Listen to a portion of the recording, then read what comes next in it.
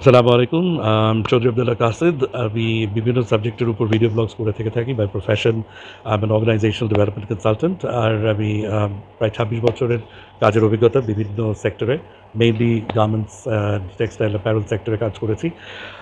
তো আমি whatever comes to my mind বিভিন্ন মানে ক্যারিয়ার, লাইফ, ইকোনমি, যেকোনো জিনিস নিয়ে বিজনেস আমি কথা বলি। হোয়াটএভার মাই থটস আর, অনেক সোশ্যাল মিডিয়াতে লেখালেখি করি, পোস্টও করি। সো অনেক সময় আমি ভিডিও করি। তো আজকে একটা সাবজেক্ট ভিডিও করতে চাচ্ছি।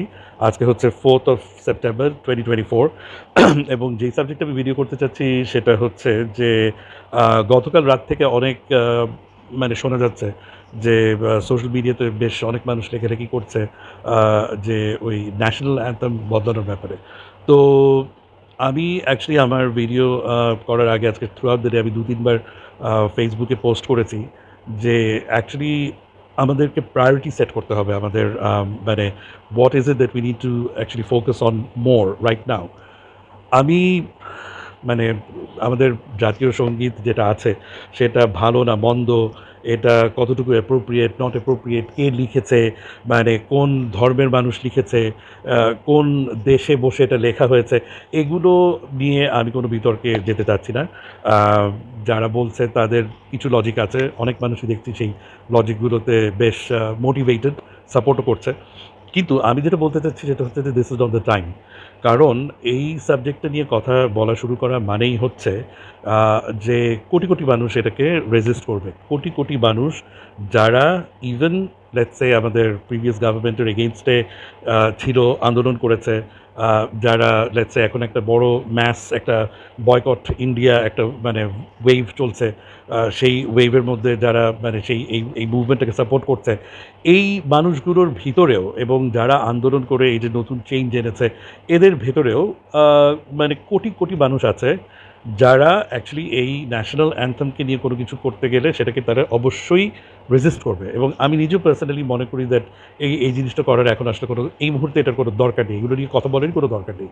তো এই ব্যাপারটা যখনই এটা নিয়ে কথা হবে, যখনই এটাকে পুশ ফরওয়ার্ড করার চেষ্টা করা হবে, তখনই দেখা যাবে যে আমাদের দেশের ভিতর একটা একটা মানে অস্থিতিশীল অবস্থা তৈরি হবে, একটা আর্গুমেন্ট, একটা ডিভিশন, একটা নিডলেস কনফ্লিক্ট।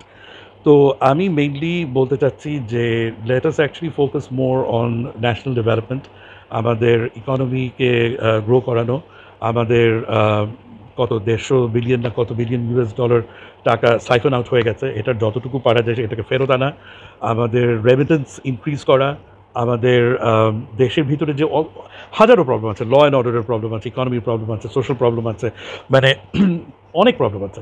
তো এই জিনিসগুলো যেটাতে আসলে আমরা সবাই মোটামুটি একমত যে এই প্রবলেমগুলো ফিক্স করতে হবে, এগুলোকে ফিক্স না করে আমাদের আসলে যেই ধরনের একটা সাবজেক্ট উঠালে ডিভিশন ক্রিয়েট হবে, কনফ্লিক্ট তৈরি হবে, ওই সাবজেক্টে আমরা কেন যাবো এখন, তাই না? আমার তো মনে হয় যে এই ধরনের আইডিয়া মানে ইনস্টিগেট করা হচ্ছে, কোনো কেউ কেউ এগুলোকে উস্কে দিচ্ছে এবং আনফর্চুনেটলি আমাদের বিগ চাঙ্ক অফ পিপল এটাতে মানে নেচে উঠছে, ম্যানিপুলেটেড হচ্ছে।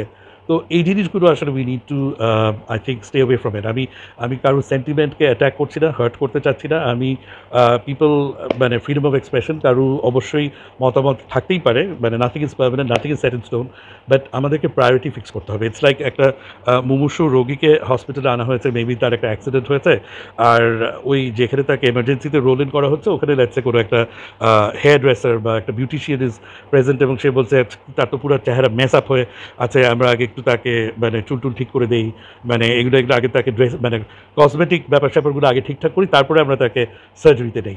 তো এই জিনিসটা যেরকম মানে সাউন্ডস রিডিকুলাস, আমার কাছে মনে হয় যে এই ধরনের সাবজেক্টে কথাবার্তা বলাটা এখন ইকুয়ালি মানে এটা ইররেলেভেন্ট আসলে। আর আমি আরেকটা জিনিস বলতে চাচ্ছি যে আমাদের অনেকেই বিদেশে বসে অনেক মতামত দেয়।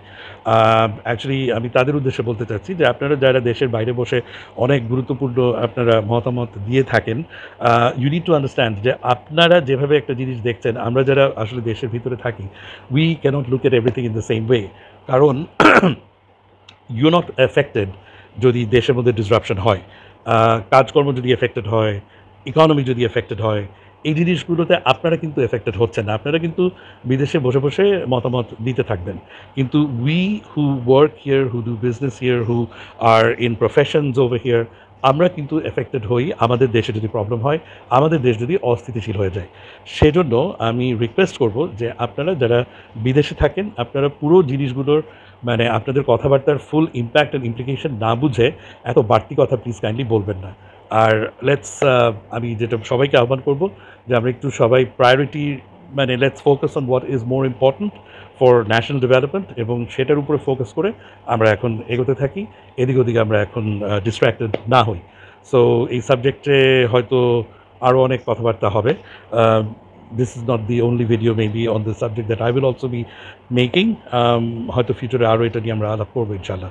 So or rather I would hope that এটা নিয়ে যাতে আলাপ করা না লাগে, এটা I hope that it it it dies down. আর আর কয়েকটা কথা আমি একটু বলতে চাচ্ছি এই মানে অ্যানথেমটাকে নিয়ে।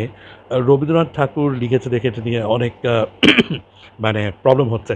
তো সেটা যদি হয় তাহলে আমার তো মনে হয় আমাদের আমাদের বাংলা সাহিত্য মানে এটার মোটামুটি একটা মেজর ফাউন্ডেশন ইজ রবীন্দ্রনাথ ঠাকুর। তাহলে তো আপনাকে আসলে এই যে পুরো রবীন্দ্রসঙ্গীতের যে একটা মানে মেজর আমাদের কালচারাল অংশ রয়েছে, এটা বাতিল হয়ে যাওয়া লাগবে। হাজার, হাজার কি মানে আমার মনে হয় কয়েক লক্ষ মানুষ আছে যারা মানে রবীন্দ্রসঙ্গীত পারফর্ম করে তারা তাদের লাইভলিহুড মেইনটেইন করে এসেছে। এদের সবার কাজ বন্ধ করে দিতে হবে। তাহলে টিভিতে আর রবীন্দ্রসঙ্গীত মানে হওয়া যাবে না। তো তাই না? আপনি আসলে way do you draw the line?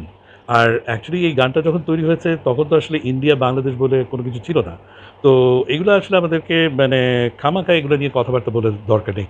অনেকে কাজী নজরুল ইসলামের কথা বলছে, ওয়ান্ডারফুল হতেই পারে। কিন্তু আপনি আরেকটা ব্যাপারটাকে খেয়াল রাখতে হবে যে কাজী নজরুল ইসলাম কিন্তু অ্যাকচুয়ালি স্টেইড মানে জন্ম Asansol, stayed in Kolkata almost all his life.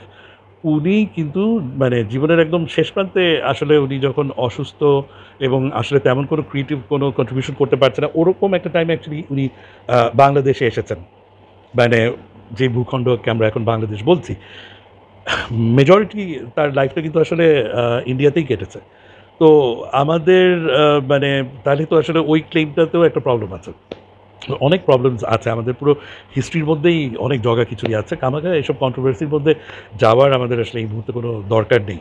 So let's kind of just focus on what needs to have more priority এবং সেই অনুযায়ী আমরা সবাই কাজ করি। এটা বলে আমি আজকের ভিডিওটি এখানে এন্ড করছি। Thank you for watching and please share your comments.